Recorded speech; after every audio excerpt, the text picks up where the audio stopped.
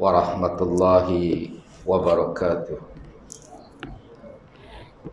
Alhamdulillahi rabbil alamin wa ja'ala az-zulumati wan nur summa allazina kafaru bi rabbihim ya'dilun.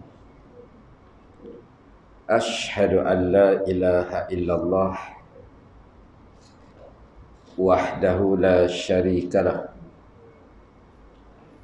wa ashhadu anna Muhammadan abduhu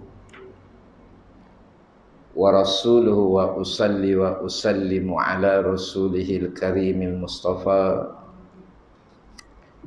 wa ala alihi wa sahbihi ajma'in. Subhanaka la ilma lana illa ma 'allamtana innaka antal alimul hakim. Rabbi shrah li sadri wa yassir li amri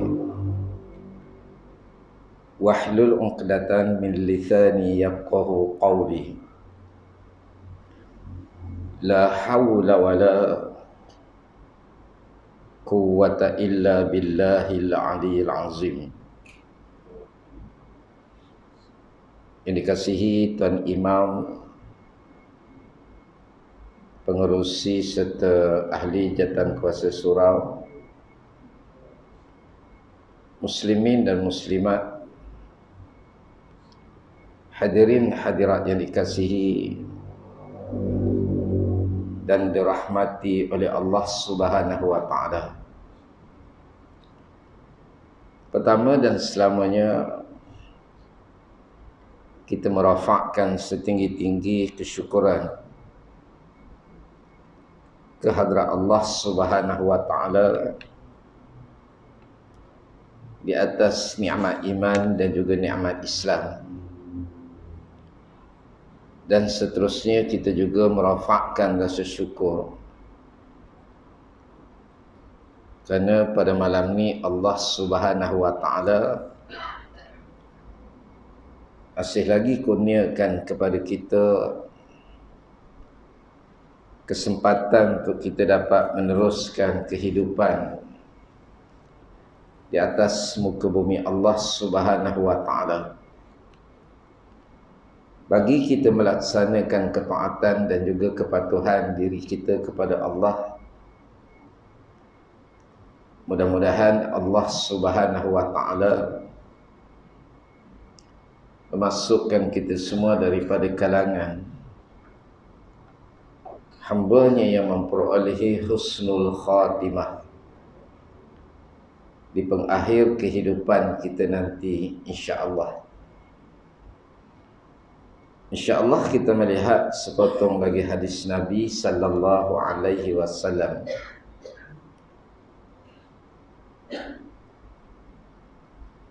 Laisa yatahassaru ahlul jannah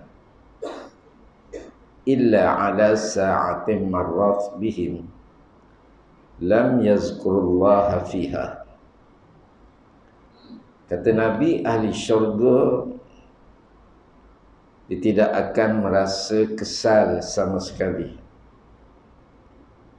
melainkan terhadap masa-masa yang berlalu yang padanya mereka tiada menyebut akan nama Allah Subhanahu wa taala. Hadis ini berkait dengan hadis yang telah kita bacakan pada bulan lepas, bagaimana Nabi sallallahu alaihi wasallam menjelaskan kepada kita al-jannatu aqrabu ila ahadikum min syirakin na'alihi wan nar mislu zalik. Kata Nabi, syurga itu dekat dengan salah seorang di antara kamu lebih dekat daripada tali sandal ataupun tali selipar. Wan naru mislu zalik, dan neraka itu sedemikian. Bagaimana Allah Subhanahu wa taala jadikan agama Islam, menurunkan Islam yang disebut sebagai ad-din, cara hidup ataupun nizamul hayah, sistem di dalam kehidupan. Kita diciptakan oleh Allah Subhanahu wa taala dengan matlamat untuk melakukan pengabdian diri kepada Allah Subhanahu wa taala.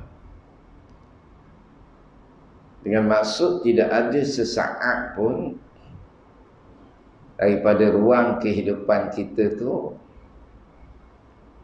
yang kita boleh menjadi hamba kepada syaitan, hamba kepada iblis.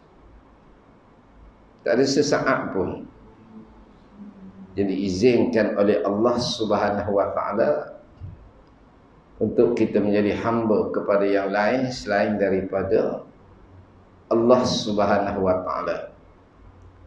Kerana tujuan Allah menciptakan manusia tidak ada yang lain illa liya'budun, melainkan untuk manusia itu dia mengabdikan diri kepada Allah, menjadi hamba kepada Allah Subhanahu wa taala. Maka di atas sebab itulah syariat Islam itu diturunkan oleh Allah bersesuaian dengan matlamat Allah menciptakan manusia, iaitu untuk mengabdikan diri kepada Allah. Maka kata Nabi, syurga terdekat dengan manusia dengan maksud tidak ada satu detik sesaat pun untuk manusia itu tidak boleh beribadah kepada Allah. Dalam apa juga keadaan suasana, kita ni boleh beribadah kepada Allah Subhanahu wa taala. Macam kita baca hadis, bagaimana Nabi disebut 7 golongan manusia yang akan mendapat naungan di padang mahsyar. Di kala mana manusia dalam keadaan huru-hara, pada mahsyar ni dihimpunkan segala makhluk. Kita pergi Mekah tuan-tuan sekalian, waktu wukuf tu pun kita dah berasa serabut dah. Kecuali kalau memang kita ikhlas kepada Allah untuk menunaikan haji, maka kita akan mendapat ketenangan. Begitulah manusia di padang mahsyar, terhimpun segala-gala makhluk. Kalau di para Arafah tu tuan-tuan sekalian, berjuta manusia. Tetapi bayangkan di padang mahsyar. Lalu di sana ada golongan yang Allah bagi naungan kepada mereka. Dia bagi teduhan, ketenangan. Siapa di antara 7 golongan tu? Nabi kata golongan orang yang hatinya terpaut di masjid. Selesai daripada salat zuhur, dia balik, keluar daripada masjid ataupun surau berjemaah, maka hati dia terikat di masjid, asal sekarang nak pergi pula. Jadi dalam tempoh itu, di antara zuhur dan asar ni, dia dapat pahala. Kerana hatinya yang terikat di masjid. Maka sebab itulah, walaupun satu detik, satu saat, kita ni tuan-tuan sekalian diberikan pahala oleh Allah apabila kita betul-betul mengabdikan diri. Begitu juga riba, orang yang sentiasa bersiap siaga di dalam medan peperangan, perjuangan menegakkan agama Allah. Hadis menyebut lebih baik sesaat ribat itu daripada solat sunat sehari dan semalam. Mana sepanjang dia duduk dalam riba, dalam bersiap siaga, diberikan pahala oleh Allah Subhanahu wa taala. Maka setiap daripada detik ini, tuan-tuan sekalian, maksud kepada dekatnya syurga ni dengan kita. Dekat sangat. Kerana setiap daripada hembusan nafas kita tu boleh diberikan pahala oleh Allah Subhanahu wa taala apabila kita melaksanakan ubudiyah, pengabdian diri kita kepada Allah Subhanahu wa taala. Namun di sana ada manusia yang masa yang berlalu tu sia-sia. Dalam hadis tadi bagaimana Nabi sallallahu alaihi wasallam disebut laisa yatahassaru ahlul jannah. Ahli syurga ni dia tak akan menyesal. Ahli syurga ni dia tak menyesal. Illa ala sa'atin marrat bihim lam yazkurullaha fiha. Melainkan dia kata disebabkan terhadap masa-masa yang berlalu tu yang padanya mereka ni tak menyebut nama Allah. Jadi sebab itulah tuan-tuan sekalian, tak beritahu pahala ni dekat dengan kita, banyaknya kita boleh himpunkan sebanyak mungkin. Muslimat duk siang ikan boleh zikrullah, duk basuh kain boleh zikrullah, hati itu sentiasa zikrullah, maka dia berikan pahala.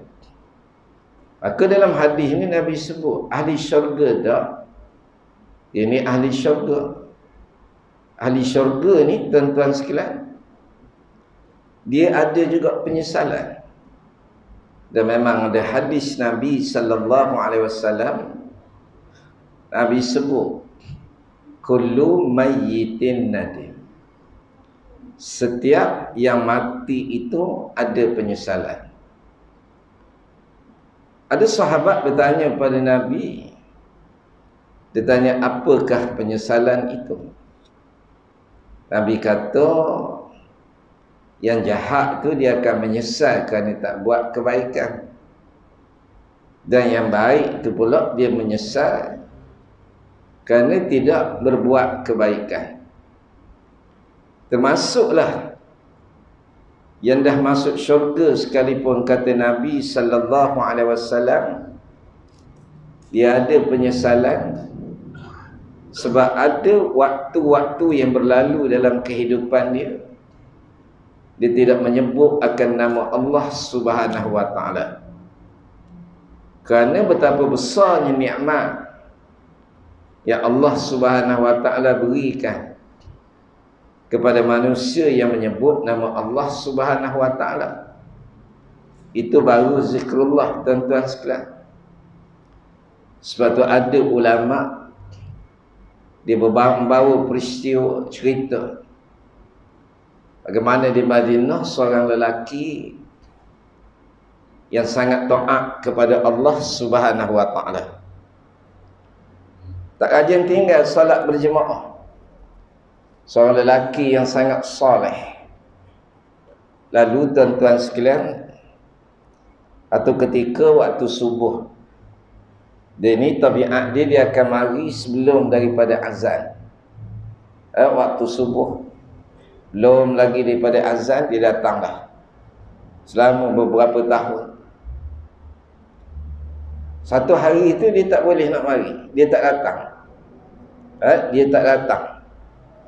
Sehingga lepas daripada solat subuh, daripada sahabat ni dia pergi ziarah rumah. Pergi ziarah, tuan-tuan sekalian, tanya isteri dia kenapa dia tak datang subuh ni. Isteri dia beritahu bahawa dia baru sahaja wafat, baru je meninggal sebelum daripada dia pergi ke masjid untuk solat subuh berjemaah. Lalu isteri dia bertanya kepada sahabat-sahabat yang hadir, bertanya, tuan-tuan sekalian, dan ada para ulama yang membawa peristiwa ni berkait dengan ayat daripada surah Al-Qaf ayat 55. Bagaimana tuan-tuan sekalian, dia bukan asbabun nuzul, cuma peristiwa yang berkait disepadankan dengan ayat. Allah Subhanahu wa taala disebut kita pada masa ni memang kita tak nampak lagi. Kita jalan kaki ke masjid, kita sedekah, kita buat baik dengan orang, kita tolong orang. Memanglah masa ni kita tak nampak lagi. Tapi kata Allah, sampai masa esok kita akan nampak.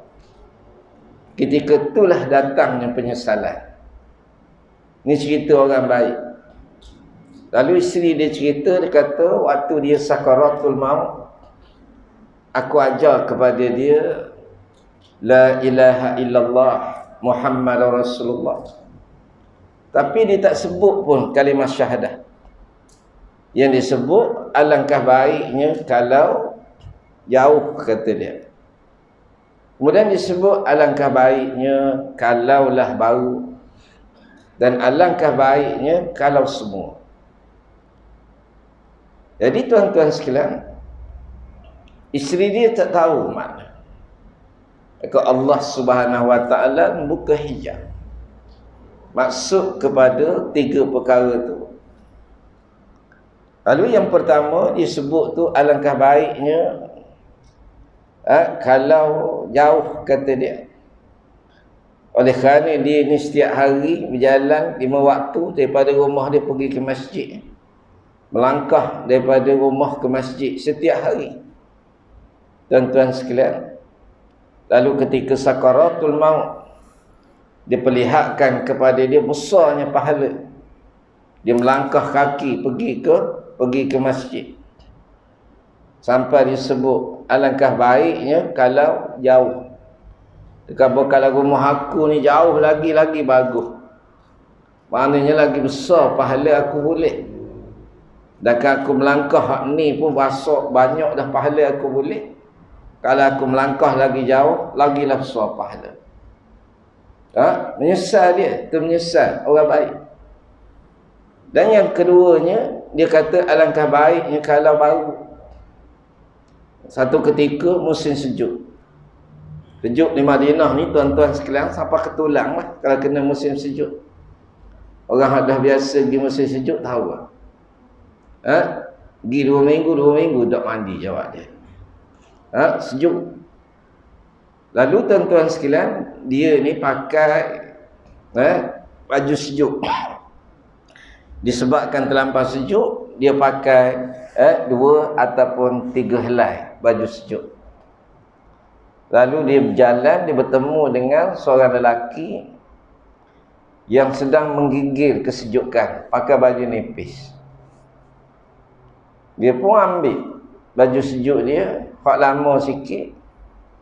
Hak baru dia tak bagi, dia ada hak baru sikit, hak lama sikit. Dia pakai sebelah dalam, dia buka hak lama sikit tu, dia bagi kepada orang hak kesejukan. Dia sedekah, ambil lah baju ni. Cuma ni hak lama lah sikit, hak baru aku pakai lah. Itu perangai saya dan perangai tuan-tuan juga bangkali. Tuan-tuan sekalian, tak kesenang. Kalau kita ada kancil sebuah, ada macam di sebuah, orang nak pinjam, nak bagi orang. Tak, tu mati esok alangkah baiknya kalau macam dis. Kalau kita bagi kancil, mesti kita bagi kancil. Nah, jadi dia perlihatkan kepada dia besarnya pahala daripada baju sejuk hak dia beri tu. Lalu disebut alangkah baiknya kalau baru, tuan-tuan sekalian. Kalau baru, dia kata kalau aku bagi hak baru lah, Allah, alangkah besarnya pahala aku boleh. Dan peristiwa yang ketiga, tuan-tuan sekalian, banyak riwayat sebut dia ni seorang lelaki yang sangat santun kepada isteri dia. Orang yang menyantuni isteri. Jadi setiap kali kalau dia balik pada malam hari, dia akan beri salam dengan nada yang perlahan. Sebab dia takut isteri dia tengah tidur. Dia tak nak ganggu. Kebiasaannya bila dia beri salam, dengan perkataan, dengan suara yang perlahan, kalau isteri dia tak jawab, maka dia akan tidur di luar, tuan-tuan sekalian. Dia tak mengganggu isteri dia. Tapi malam tu dia beri salam dengan nada perlahan, isteri dia jawab, tak tidur lagi, mana tunggu suami. Masuk dalam rumah, tuan-tuan sekalian, dia rasa lapar. Lapar yang teramat sangat, tuan-tuan sekalian. Lalu tanya isteri dia, ada makanan tak? Ada, kata isteri dia, sekeping roti. Roti tu pun roti hak kerah ketung. Pelakon dinding gegar rumah. Mana nak ceritanya, roti hak kerah dah. Baru nak makan, mari pula orang katok rumah. Buka pintu, tengok-tengok seorang lelaki hak mukanya pucat, kurus kering, lepas tu dalam keadaan ketar, kelaparan. Tanya pada dia, ada makanan ke? Minta makanan sikit, aku lapar sangat. Lalu dia ni hak muka ada sekeping roti. Tapi dia ni orang soleh.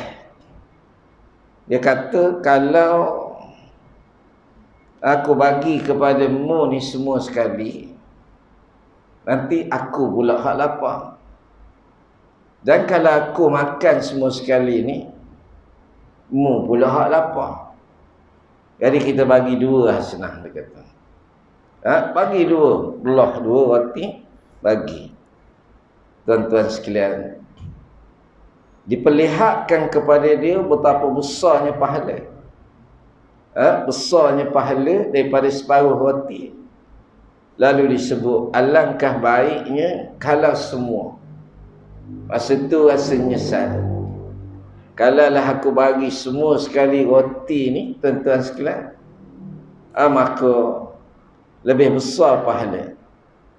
Jadi cerita ni berkait dengan hadis Nabi sallallahu alaihi wasallam, kullu mayyitin.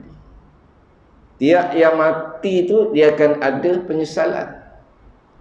Hak jahat ni dia menyesal. Bapalah aku tak buat baik. Bapalah aku dulu tak nak taat pada Allah Subhanahu Wa Taala. Bapalah dulu aku ni tenaga kuat, gagah, boleh jalan kaki, motosikal ada, kereta ada, tapi tak rajin pergi masjid. Apalah aku ni dulu sehat, nak ada pasar malam pergi sokmo. Tapi gak sejik gak sebulan sekali baru pergi. Kena molek gak setahun raya baru pergi. Tu bukan lagi. Kena molek mari lepas orang ketubah. Ingat nak mayang raya. Pak saya ada tuan-tuan sekalian. Yang suka selok kita. Budaknya ni rock begitu. Tapi jiran sebelah rumah, kat rumah. Nak suka sungguh saya gitu. Suka sungguh saya pula tebah. Tebah. Ni kakak nak habis ke tebah, dia mari duduk. Molek je dia mari duduk depan. Ada habis ke tebah raya. Orang apa bangunlah salam. Dia tanya pula saya, Ustaz, dak mayang ke Ustaz? Orang kata mayang esok kata. Esok. Hari ni orang ketebah je kata, esok baru orang mayang. Iya ke gitu? Iyalah weh, mu ni tolol sungguhlah kata. Orang mayang raya ni, orang mayang dulu baru ketebah. Dia ingat ke Jumaat. Jumaat iyalah ketebah dia baru mayang. Tapi ya pah tapi. Nak cerita budak-budak baru jahil gitu kan. Tapi ada peseng gitu. Bukan sekali, 2-3 kali dah temu orang peseng gini. Nampak kan ni? Pakai baju semak-semak nak mayang, tiba orang tak mayang, orang terlepas dah. Dia kira dia nak moteng. Nak moteng tak mau dengar khutbah, hujung-hujung baru nak dengar. Lepas tu nak mayang je lah. Padang ke dia.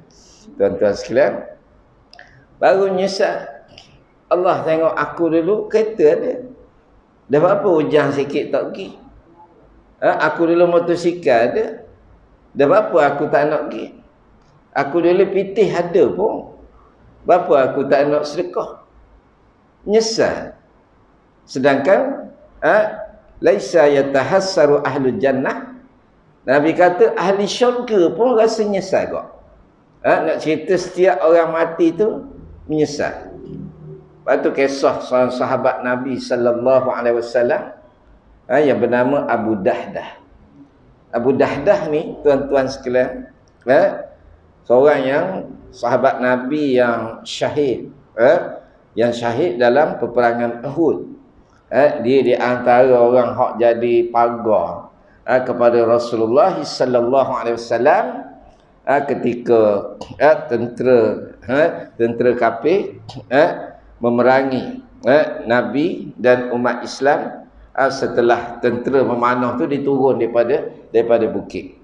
Abu Dahdah ni di antara sahabat yang pagar pada Nabi sallallahu alaihi wasallam dan dia syahid di dalam peperangan tersebut. Abu Dahdah ni orang Ansar. Saya ringkas cerita dia tuan-tuan sekalian. Jadi berkait dengan Abu Dahdah ni tuan-tuan sekalian, bukan berkait, ada sebab kepada turunnya ayat. Banyak ulama kata ayat ni dia turun tentang kisah Abu Dahdah. Jadi kisahnya gini tuan-tuan sekalian, dia juga berkait dengan kisah seorang lelaki bernama Abu Lubabah. Saya cerita ringkas je, kita nak ambil intipati.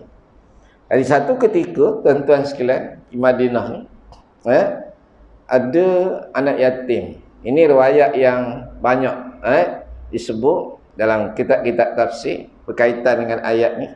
Tuan-tuan sekalian, ada seorang anak yatim. Anak yatim, tuan-tuan sekalian. Jadi dia ni nak buat rumah. Dia nak buat rumah, dia ada tanah. Tanah kecil. Ada kawasan yang kecil sangat. Hak dia ada. Kalau orang faham panggil secopel. Ada secopel je. Jadi bila dia nak buat rumah ni, tuan-tuan sekalian, tak cukup. Melainkan ditebang sebatang pohon korma. Milik Abu Lubabah. Sebatang pohon korma ni, tuan-tuan sekalian, melainkan ditebang. Lalu dia pun bertemu dengan tuan korma, minta izin. Minta izin untuk apa? Untuk tebang pokok ni. Sebab dia nak buat rumah. Sebab tanahnya kecil sangat, hak ada. Tetapi tuan kebun korma ni dia tak izin. Dia tak bagi. Lalu budak ni pun pergi bertemu dengan Nabi sallallahu alaihi wasallam. Lalu ditanya, minta Nabi pujuk hak lelaki ni berilah izin untuk supaya sebatang korma ni tebanglah. Dia nak buat rumah. Dia nak buat rumah tuan-tuan sekalian. Tetapi dia tetap tak nak bagi. Sehingga Nabi sallallahu alaihi wasallam tawarkan kepada dia, kalau sekiranya tebang sebatang pohon ni, mahukah kamu digantikan dengan korma di dalam syurga nanti? Tak, dia tak nak juga tuan-tuan sekalian. Tak bagi. Dan peristiwa ni didengar oleh Abu Lubabah. Abu Lubabah ni Abu apa? Itu apa? Sahabat Nabi sallallahu alaihi wasallam, iaitu Abu Dahdah. Dia dengar kisah budak ni. Lalu dia pergi berjumpa dengan Nabi sallallahu alaihi wasallam dan dia ajak Nabi pergi jumpa dengan tuan kebun ni. Dia ajak Nabi pergi jumpa dengan tuan kebun ni dan dia minta dia jumpa dengan tuan kebun, dia tawarkan kepada tuan kebun sebatang kebun korma ni, dia kata, tebang, aku gantikan dengan kebun aku yang ada 600 batang pokok korma beserta rumah ada di dalamnya. Lepas tu kalau kisah Abu Dahdah ni biasanya dia juga dikaitkan dengan isteri dia Ummu Dahdah. Anak perempuan dia bernama Dahdah. Kait dengan isteri dia, sebab isteri dia ni pun hebat juga. Tuan-tuan sekalian, hebat juga. Jadi Abu Dahdah ni bila ditanya pada milik kebun tu, setujulah. Dah bukan sikit tawaran, sebatang pokok korma ganti dengan sebutir kebun. Ada pula 600 batang, ada pula rumah dalamnya. Lalu Abu Dahdah ni dia jumpa dulu dengan Rasulullah sallallahu alaihi wasallam. Dia tanya, ya Rasulullah, kalaulah sekiranya aku tukarkan sebatang korma ni dengan kebun aku yang ada 600 batang, yang ada 600 batang ni, adakah dia dapat menyelamatkan aku, isteri aku dan puteri aku daripada azab neraka? Dia minta Rasulullah beri jaminan. Rasulullah kata, ya, kamu akan selamat. Sebab tu di antara hadis Nabi sallallahu alaihi wasallam, Nabi sebut kam min izkin radahi li abi Dahdah fil jannah, kata dia. Alangkah banyak tandan yang penuh korma milik Abu Dahdah di syurga, fil jannah. Nabi sebut li abi Dahdahi fil jannah. Banyak kebun korma, tandan penuh korma milik Abu Dahdah di dalam syurga. Hadis riwayat Ahmad. Ceritanya lebihnya Abu Dahdah ni Allah Ta'ala bagi kepada dia, tuan-tuan sekalian, kerana pengorbanan dia sanggup tukar sebatang korma dengan kebun dia yang ada 600 batang, dan kemudian ada rumah pula di dalamnya. Bila Rasulullah beri jaminan bahawa dia akan selamat daripada azab neraka, dia, isteri dia dan anak dia akan selamat kerana dia korbankan kebun dia yang banyak, kebun yang banyak batang kurma dan rumah ada dalamnya. Maka Abu Dahdah pun, tuan-tuan sekalian, dia pun balik ke rumah, dan banyak riwayat sebut dia tak masuk pun ke dalam kebun tu, tak masuk dalam kebun. Dia duduk hanya di tepi, di luar daripada sepadan, dan dia panggil isteri dan anak-anak dia keluar. Panggil isteri, anak-anak dia keluar. Isteri ni solehah, isteri solehah, tuan-tuan sekalian, dia faham. Lalu dia beritahu pada isteri dia bahawa kebun ni bukan milik kita lagi dah. Dia pun ceritalah peristiwa yang berlaku. Bukan milik kita. Ambil barang semua, keluar. Kita kena pindah. Sebab ni dah jadi hak orang lain. Isteri dia kata, sesungguhnya Abu Dahdah telah membuat sesuatu yang baik yang dapat membebaskan kami daripada azab. Ni isteri dia, tuan-tuan sekalian. Kalau isteri kita, mana cerita? Tak. Orang beri hangat bini diri, beli kain batik lah pada lepas. Dah ni mau beli beg. Bersebangor kali. Nak sedekah. Ada. Batu muslimin, kalau isteri jenis gitu, dia sedekah tu tak payah khabar ke dia, sedekah je. Sedekah. Kalau khabar kan, nyakit hati. Kalau bini jenis gitulah. Tapi insya-Allah orang sini dah. Jadi isteri dia ni Ummu Dahdah pun sama macam suami dia juga, tuan-tuan sekalian. Dia sokong apa yang suami dia buat, walaupun kalau kita nak kira tukaran tu, tuan-tuan sekalian, tak menasabah, tetapi tukaran itulah yang dikehendaki, yang dipersetujui.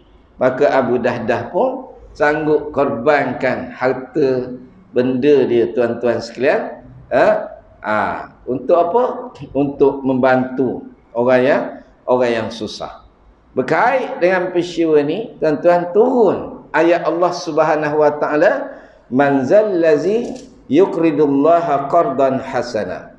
Siapakah yang mahu memberi pinjaman kepada Allah dengan pinjaman yang baik, iaitu menafkahkan hartanya di jalan Allah Subhanahu wa taala, wa yudha'ifahu lahu ad'afan katsiratan wallahu yaqbidu wa yabsutu wa ilaihi turja'un.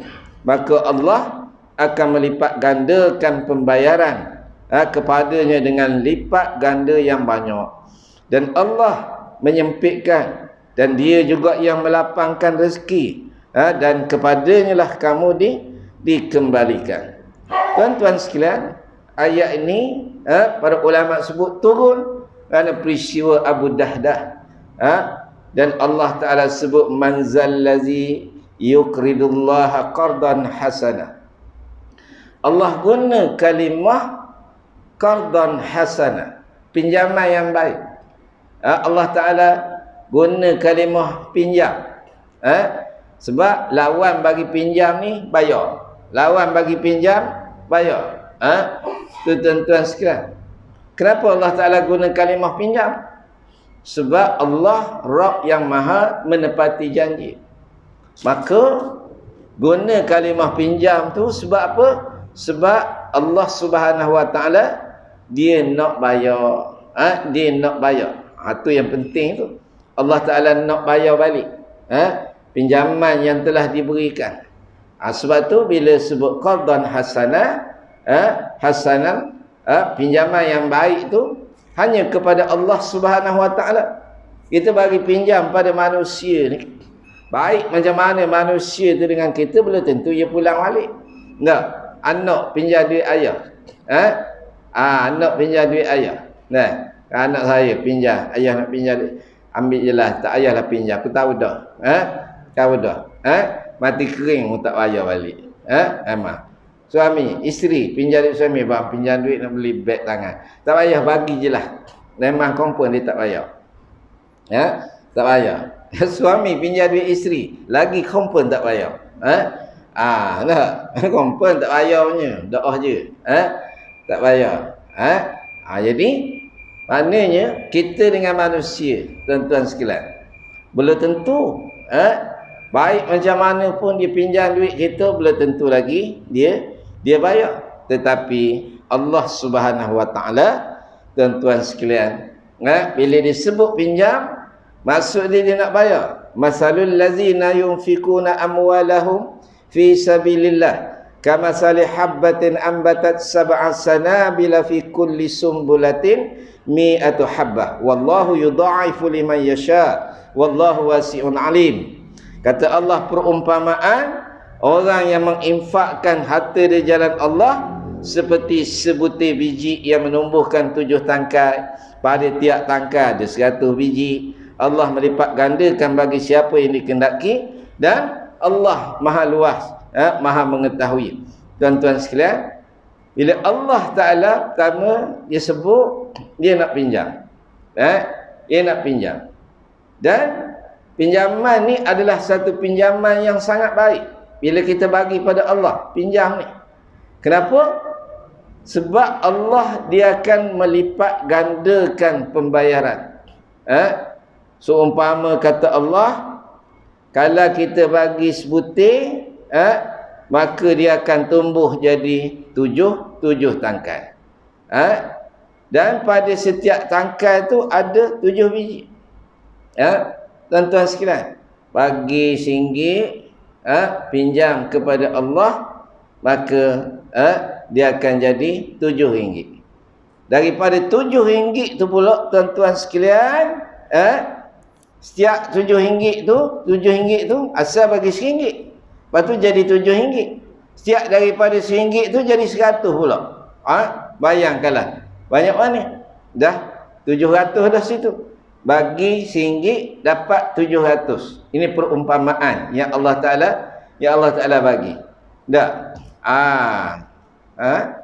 Nak ceritanya, Allah dia tak bayar kosong.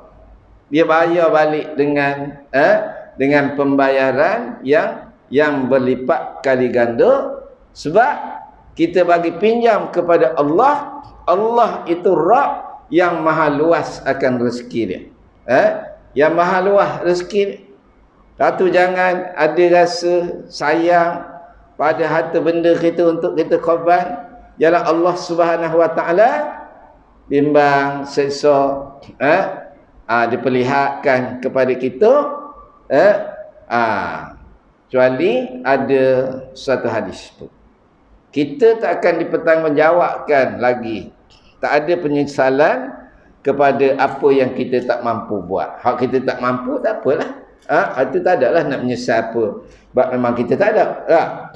Memang kita tak ada. Itu tak ada lah penyesalan. Tapi bila kita ada, tuan-tuan sekalian, maka akan berlakulah penyesalan.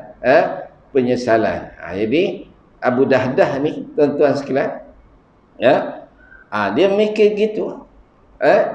Waktu walaupun banyak harta benda terpaksa dikorbankan, tetapi kerana keyakinan dia kepada Allah Subhanahu wa taala, yakin dengan janji Allah Subhanahu wa taala, maka dia sanggup korbankan harta benda dia di jalan Allah Subhanahu wa taala.